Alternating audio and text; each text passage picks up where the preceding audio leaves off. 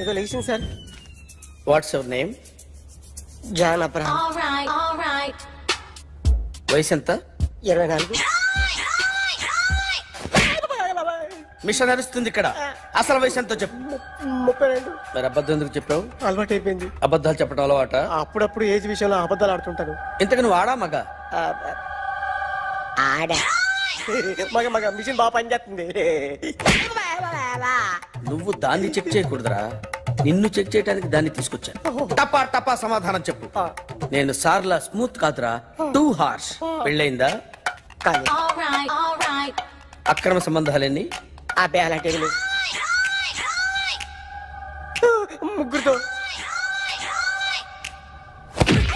ముగ్గురుతో